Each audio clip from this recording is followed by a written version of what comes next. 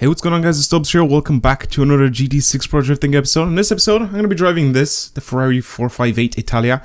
A lot of you have actually asked me for this car. Here it is. After I've tuned it, it looks like this. It looks the exact same except in a different color. I got it, I know. But that's because I didn't want to tune it. I didn't want to, well, modify it from the outside, I guess. I really like the way this looks. I didn't want to change too much on it. I didn't like any of the wheels that you were able to put on it. Plus, this was actually an older car that I had. So I pretty much just went around and I sort of changed the setup on it just so I can actually make it drift. Now let's take a look at the setup. It has 643 brake horsepower and it weighs 1,417 kilos. Now it weighs a little bit more than it usually does because that's because I put in like 200 extra kilograms. Just because I wanted to get this front and rear weight distribution at 50-50.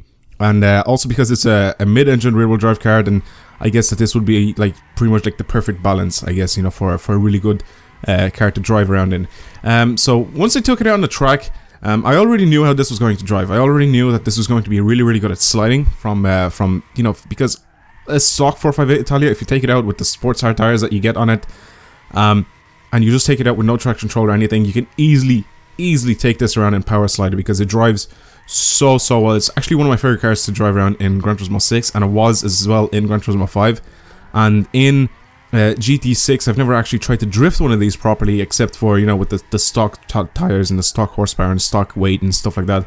So once I tuned this for drifting, it instantly went to the top of my list of one of the top 3 like favorite cars to drift around in Gran Turismo 6. It's just, it's so good. Like, it's so very surprising. And then when you see the third person perspective, or whatever the perspective where basically it zooms out from the race, and you guys will see it in a second, it shows you like the perfect lines that I take with this car, and it's just, it's absolutely mind-blowing how well this thing drifts. And it's so easy to set up as well, because all I've done, like, my main goal for this was literally get 50-50 weight distribution, get enough power to be able to get in and out of the corners of Scuba. So basically on this track, 3rd and 4th gear are your best friends. You don't have to go around in 5th gear, you don't have to go around in 2nd gear at all. I've tried 5th gear and I tried 2nd gear, but it's sort of useless because you have to change like instantly almost as soon as you change into those gears.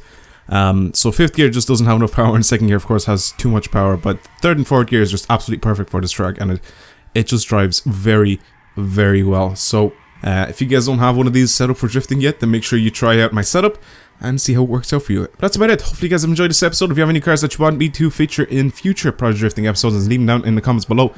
And that's pretty much it for me. Thank you guys for watching, and I will see you guys later. Goodbye.